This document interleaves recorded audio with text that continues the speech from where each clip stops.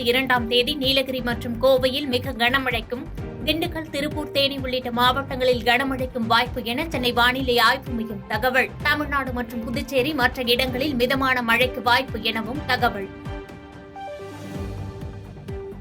NEET தேர்வு முறைகேட்டை கண்டித்து June 24ஆம் தேதி திமுக மாணவர் அணி சார்பில் கண்டன ஆர்ப்பாட்டம். சென்னை வள்ளுவர் கோட்டத்தில் ஆர்ப்பாட்டம் நடைபெறும் என திமுக மாணவர் அணி செயலாளர் எழிலரசன் அறிக்கை. சட்டத்திற்கு புறம்பாக திமுக செயல்படும் என்பதால் விக்கிரவாண்டி இடைத்தேர்தலை அதிமுக புறக்கணித்திருப்பதாக முன்னாள் அமைச்சர் செல்லூர் ராஜு பேச்சு. 2026 சட்டமன்ற தேர்தலில் அனைத்து கட்சிகளும் தனித்து போட்டியிட்டு பெரும்பான்மையை நிரூபிக்க வேண்டும் எனவும் பேட்டி. இடைத்தேர்தலினாலே புது புது உத்திகளை கையாண்டு நம்ம திராவிட முன்னேற்ற கழகம் அது சட்டத்துக்கு புறம்பாக எல்லாமே செய்வாங்க. பணம் ஆறாக ஓடும். மக்களை எந்த வகையில் கவரணும் அந்த வகையில் கவர்வதற்கு ஏற்படுத்தும். காங்கிரஸ் தலைமை அலுவலகத்தில் காங்கிரஸ் எம்பி ராகுல் காந்தியின் பிறந்தநாள் கேக் வெட்டி கொண்டாட்டம். காங்கிரஸ் தலைவர் மல்லிகார்ஜுன கார்கே, பொதுச் செயலாளர் KC வேணுகோபால் உள்ளிட்டோர் பங்கேற்பு.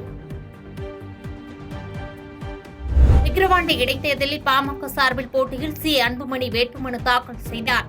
பாமக தலைவர் அன்புமணி ராமதாஸ், கௌரவ தலைவர் GK மணி உள்ளிட்டோர் வேட்புமனு தாக்கலின் போது உடனிருந்தனர். விக்கிரவாண்டி இடைத்தேர்தலில் பணபலத்தை நம்பியே ஆளுங்கட்சி தேர்தலை சந்திப்பதாக பாமக தலைவர் அன்புமணி ராமதாஸ் குற்றச்சாட்டு. கல்வியில் பின்தங்கியுள்ள விழுப்புரம் மாவட்டம் டாஸ்மாக் விற்பனையில் மட்டும் முன்னணியில் இருப்பதாகவும் குற்றச்சாட்டு. மக்களை பாத்தீங்களா? தொகுதிக்கு ஏதாவது செஞ்சீங்களா? விவசாயிகள் ஏதாவது செஞ்சீங்களா? இந்த விழுப்புரம் மாவட்டத்துக்கு ஏதாவது செஞ்சீங்களா? தமிழ்நாட்டிலே அதிக குடிசைகள் உள்ள மாவட்டம் விழுப்புரம் மாவட்டம்.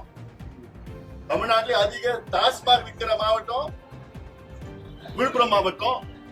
கல்வி அறிவு கடைசியில இருக்கிற மாவட்டம் விழுப்புரம் மாவட்டம். இந்த தேர்தலுக்கு மட்டும் 10 அமைச்சர்கள் வந்து உட்கார்ந்துட்டு இருக்கீங்களா? அந்த மாவட்டத்துக்கு என்ன பண்ணீங்க?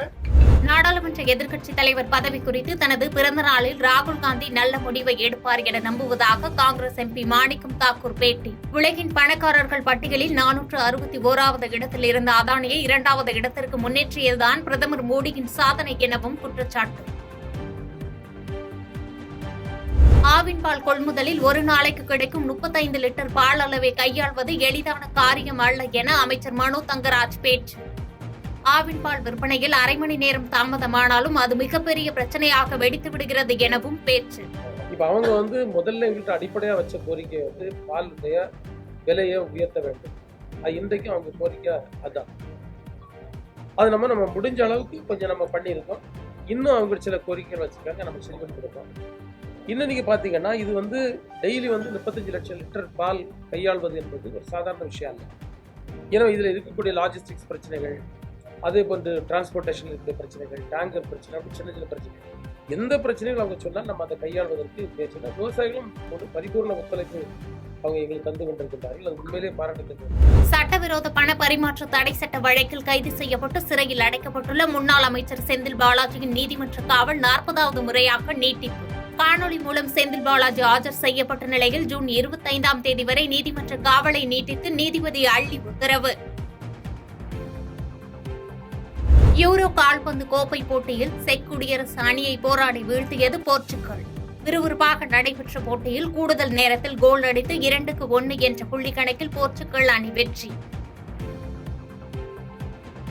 பாதகம் செய்பவரை கண்டால் நாம் பயங்கொள்ளலாகாது பாப்பா. மோதி மிதித்து விடு பாப்பா, அவர் முகத்தில் உமிழ்ந்து விடு பாப்பா. அண்மை செய்திகளை உடனுக்குடன் தெரிந்து கொள்ள இணைந்திருங்கள் இயம்நாடு தொலைக்காட்சியுடன்.